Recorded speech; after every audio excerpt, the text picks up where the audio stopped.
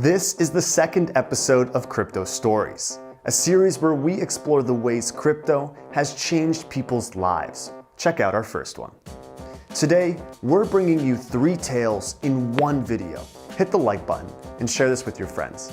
Make sure to subscribe and turn on that notification bell to keep up with our interviews, reports, and documentaries on all things crypto.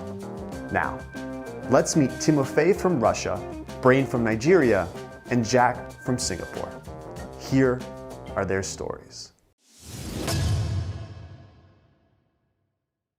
First of all, I would like to say that I'm a complete amateur in cryptocurrencies. For a long time I was not connected with such area in any way, but I have heard a lot about it from my classmates, from my friends. I studied a lot of humanities, botany, ancient philosophy, film drama, film directing. In 2019, I invested my grandmother's gift in cryptocurrency, and it was only $100 from her pension.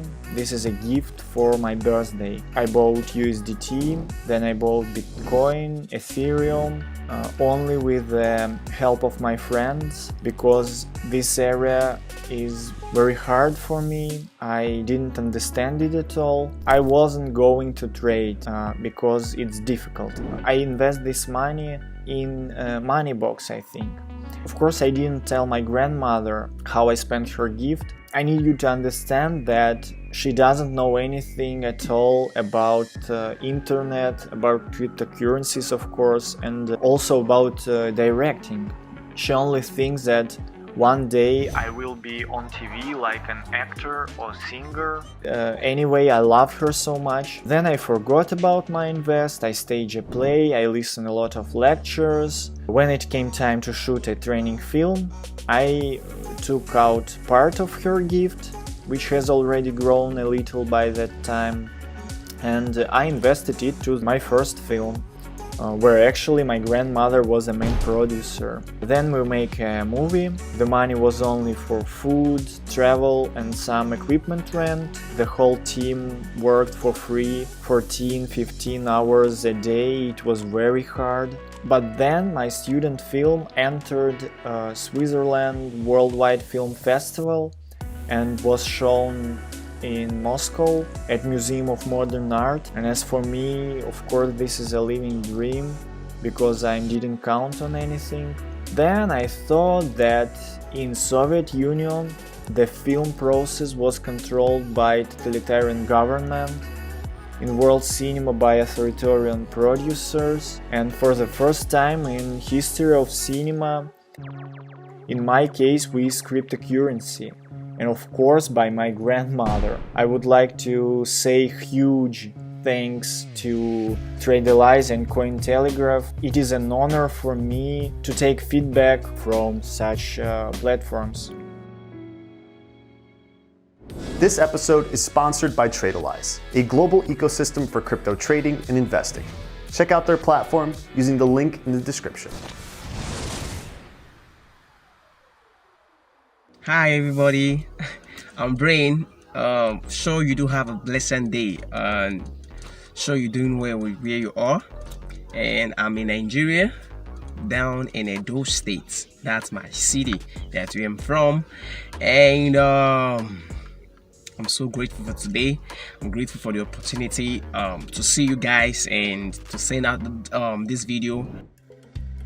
It's just my uncle and his friends. So it was his friend who convinced him about the cryptocurrency, about the Bitcoin. 2014 was the year he did the investment. He invested $2,000. My uncle, before he made that investment, he himself really did not have knowledge on cryptocurrency or Bitcoin. And when he made the investment, he did not really took the investment seriously. Unfortunately for my uncle, the private laptop computer he used, his personal one, not the bank one that he used for his work right now, that was what he used in the registration of the Bitcoin. So after a while, he said one of his nephew, his name is Kelvin, living also in Lagos State with him. The boy was in the university, so he needed a computer for his work in school. He met with my uncle, and my uncle sort of, instead of giving him money to buy a new computer, he has a computer at home that he is not using. So he felt, okay, the boy should take the computer, use it for a while, and the boy should bring back the computer when the boy is through using it. there was this very big recession in Nigeria, and banks started laying out workers. Thousands of people were unemployed, and he was affected. He was a banker. At that point of his life, when he was laid out, he had a series of loans. He took maybe for his car, the house he was living, his kid that was in school, the business he opened for his wife, and some other loans. Those things were on his head. And here in Nigeria, it's not like other countries where you have things like insurance plan working for you. Yeah, things like that don't work. You're just there on your own. Thereabouts, he met with a friend who, as they were discussing, and the friend talked to him on a cryptocurrency and how Bitcoin and every other cryptocurrencies are doing well in the market. So my uncle, according to him, said he remembered he had invested back in 2014. He invested up to $2,000 back then. I believe at that particular point in time, he was a little bit happy. Meet with his nephew, Kelvin, for his private computer. And Kevin had to tell him that the computer was bad and he was looking for a better one. Kevin, which was his nephew, he took the computer to the computer market. He had to sell it, adding money to it to get a new one, not informing my uncle. So hearing that Mr. Kola was dead, he could not trace the computer, he could not get it. He did not even have an idea on what password was used, ID or the crypto wallet that was used in the registration. That was what happened. He came back and he was devastated, and sadly he felt sick. The whole family ran around him trying to help, but with little in our hands, we could not do anything. He had this partial paralysis. He died 2020 now. It was a very sad story for we, who was his own family. As far as I could remember, he was having no illness before he realized that he could not recover it anymore. So it came very fast, and we could not even do anything about it because we had little. So, as in, he passed on. To me, I believe it was the frustration covering everything. He lost his job and an investment that would have helped him. For me, I felt like maybe he lost hope.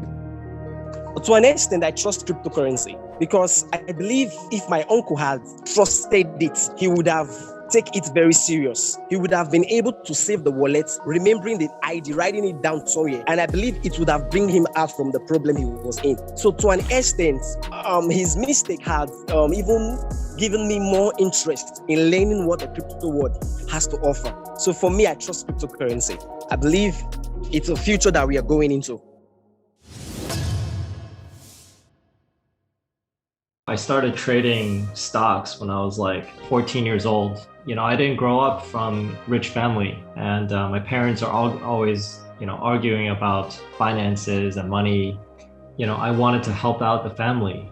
That's how I got into trading at 14. I remember on CNBC seeing this crazy chart just going parabolic from $60 to $1,200. And then very quickly after that, I think it was the Mt. Gox fiasco, and Bitcoin prices started tanking. Everyone was worried, saying it's a big scam. But to me, if an exchange fails, it doesn't mean anything for the underlying technology. It doesn't mean anything for decentralized currency. I took that as a good buying opportunity. I was much younger and didn't think very deeply about how this thing could affect so many aspects of the financial system later on. So it just seemed like a fun trading vehicle.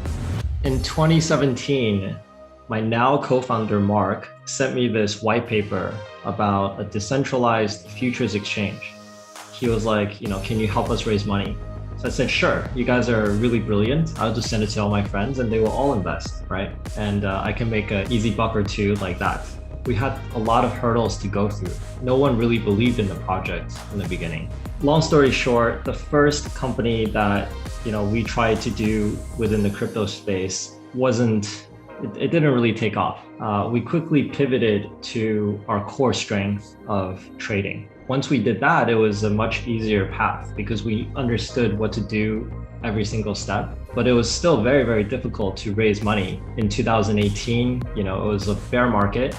Everyone had gotten burned in late 2017, mid 2018 on ICOs. So nobody wanted to invest, right? So we barely raised enough capital to get Chronos research started. I was trading because we didn't raise that much money in the beginning. If I saw a good opportunity, I would jump on it and try to make money and not lose. So then, I was on stage in Sydney, I think, or Melbourne, one of those two, after flying for like 20 hours or something crazy, talking about Chronos and WooTrade. Then I saw like kind of all the altcoins, coiling up and about to break out. So, I had to take that trade even though I was on stage. And luckily I finished my 20-minute talk so that I had time to do that while other people were talking. I try not to trade on my cell phone as much, but because I was traveling a lot in the beginning, and it's very, very difficult because you can only see a couple of things happening on a tiny little screen, right? And I'm used to having multiple, like 6, 7 monitors, and now I'm sitting there with a tiny screen. Your attention is like 10 different directions. I think it was a few $100,000. It wasn't bad, especially our capital base was tiny back then. Mark and I mean, we basically didn't take a salary, or maybe it was like a tiny salary, like $3,000 a month for the first 2 years. I think it's okay that we talk about the nano situation now, but I definitely didn't want to talk about it back then, right? Like right after I made the trade or something like that. I think it's one of those things that I just had to do what needed to be done such that we can achieve the results that we have now. Sadness, joy, trial, and success. What are these but elements of our common human experience brought together by the network of cryptocurrency? Do you feel inspired? Share your stories with me at jackson@cointelegraph.com. Together, we will tell them to the world. This is the fundamental virtue of crypto. It is for everyone. Thanks for watching.